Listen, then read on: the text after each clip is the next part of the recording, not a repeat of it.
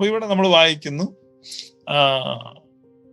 തന്നാൽ നിർമ്മിച്ചവനും മനുഷ്യരായ ഞങ്ങൾക്കും ഞങ്ങളുടെ രക്ഷയ്ക്കും വേണ്ടി, മനുഷ്യരായ ഞങ്ങൾക്കും ഞങ്ങളുടെ രക്ഷയ്ക്കും വേണ്ടി തിരുവിഷ്ടപ്രകാരം. അവിടെയാണ് ഈ തിരുമനസ്, വില്ല്, വലിയൊരു ദൈവശാസ്ത്രപരമായ വലിയൊരു മർമ്മം അവിടെ വെച്ചിരിക്കുകയാണ്. തിരുവിഷ്ടപ്രകാരം പുത്രൻ മനുഷ്യനായത്, ഭൂമിയിലേക്ക് വന്നത് മറ്റാരുടെയും പ്രേരണയാലല്ല, നിർബന്ധത്താലല്ല, ഗതികേടിനാലല്ല.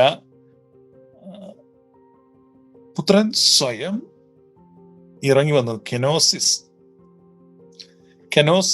അപ്പൊ ഈ കെനോസിസ് എന്നാണ് അതിന് പറയുന്നത്, സ്വയം ശൂന്യമാക്കുകയാണ്. വിശുദ്ധ പൗലോസ്ലീഹ ഫിലിപ്പിയക്കാർക്ക് ലേഖനം എഴുതുമ്പോൾ അതിന്റെ 2-ാമത്തെ അധ്യായത്തിൽ അതേക്കുറിച്ച് എഴുതുന്നുണ്ട്. അവിടെ പറയുകയാണ്, അവൻ ദൈവരൂപത്തിലിരിക്കെ ദൈവത്തോടുള്ള സമത്വം മുറുകെ പിടിച്ചുകൊള്ളണം എന്ന് വിചാരിക്കാതെ ദാസരൂപം എടുത്തു, മനുഷ്യ സാദൃശ്യത്തിലായി, തന്നെത്താൻ ഒഴിച്ചു. He emptied himself. തന്നെത്താൻ താഴ്ത്തി, സ്വയം താഴ്ത്തി. ഇവിടെ നമ്മൾ വിശ്വാസ പ്രമാണം നമ്മൾ വായിക്കുന്നതാണ്.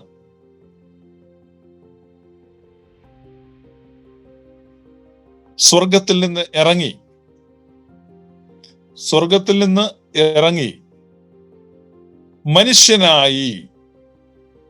മനുഷ്യനായി നമുക്കും നമ്മുടെ രക്ഷയ്ക്കും വേണ്ടി, മനുഷ്യന് വേണ്ടി.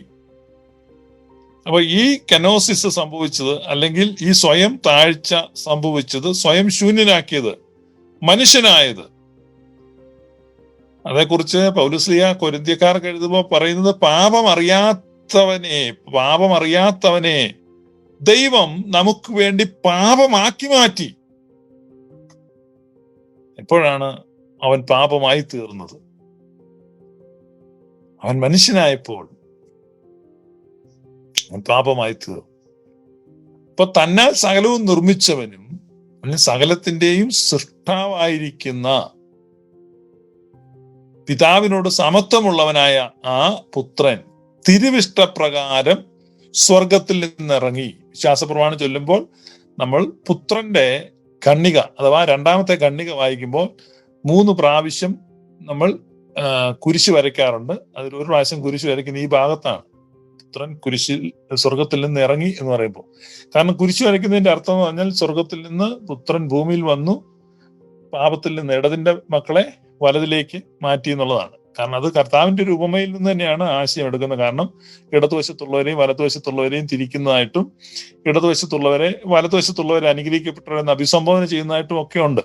അപ്പൊ അതേക്കുറിച്ചൊക്കെ ഒത്തിരി വിമർശനമുണ്ട്. ഇടതുവശം എന്നാ മോശമാണോ, ഇടതുപക്ഷം മോശമാണോ, ഹൃദയമല്ലേ ഇടതുപക്ഷക്കാർക്ക്? അപ്പൊ അങ്ങനെ ഒരു ചിന്താഗതിയൊക്കെ ഉണ്ട്. പക്ഷെ ഇത് കർത്താവ് ഈശോമിശിഹായുടെ പ്രബോധനത്തിൽ കർത്താവ് തന്നെ ഇടതും വലതുമായിട്ട് തിരിച്ചെന്നും വലതുവശത്തുള്ളവർ അനുഗ്രഹിക്കപ്പെട്ടവരാണെന്നും പറയുന്നു. അപ്പൊ ഇടതുപക്ഷത്തു നിന്ന് നമ്മളെ വലതുപക്ഷത്തേക്ക് കർത്താവ് മാറ്റി എന്നുള്ളതാണ് ഇങ്ങനെ ഈ കുരിശു വരയ്ക്കുന്നതിന്റെ അർത്ഥം.